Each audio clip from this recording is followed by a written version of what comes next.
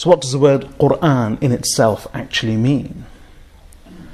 Well, this is a bit technical, but for those of you who study Arabic, Qur'an is actually a masdar, a verbal noun, a gerund of the verb قرأ يقرأ, قراءة وقرآنا. So Qur'an is actually a masdar, a gerund, a verbal noun, just as qira'ah is. And it later became an ism from a masdar. But in short, what the word Qur'an originally refers to is not qira'ah in terms of reading.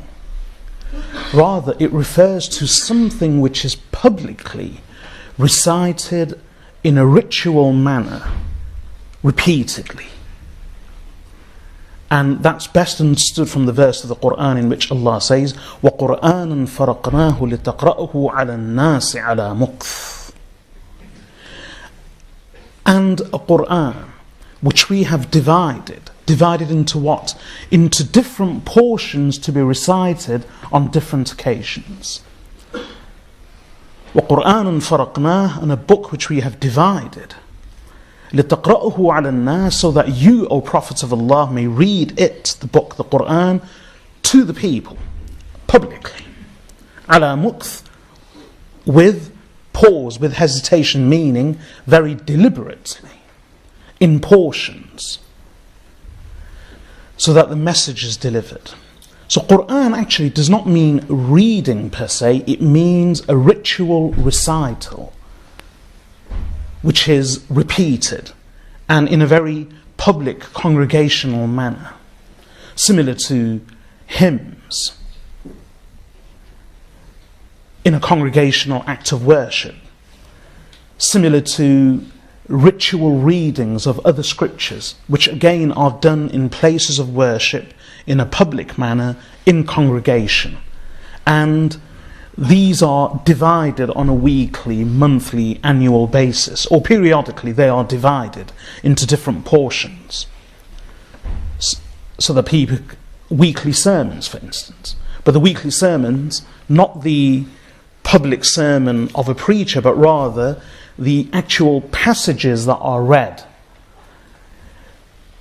In a similar manner, this is what Qur'an actually refers to. It's only later that the word Qur'an began to be used in a much wider sense as we understand it today.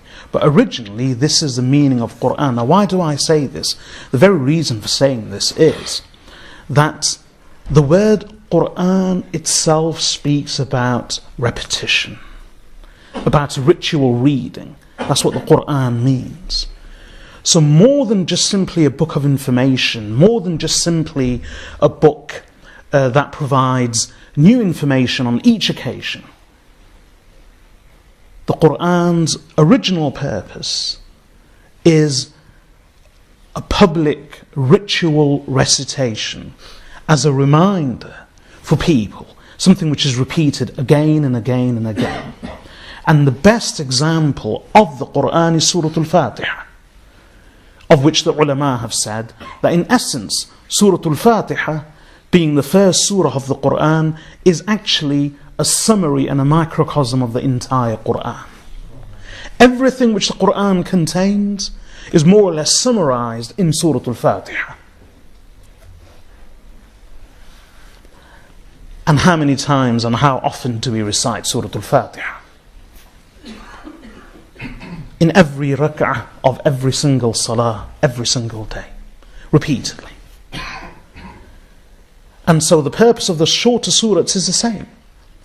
We recite them regularly in salah. But it's not simply a matter of recitation.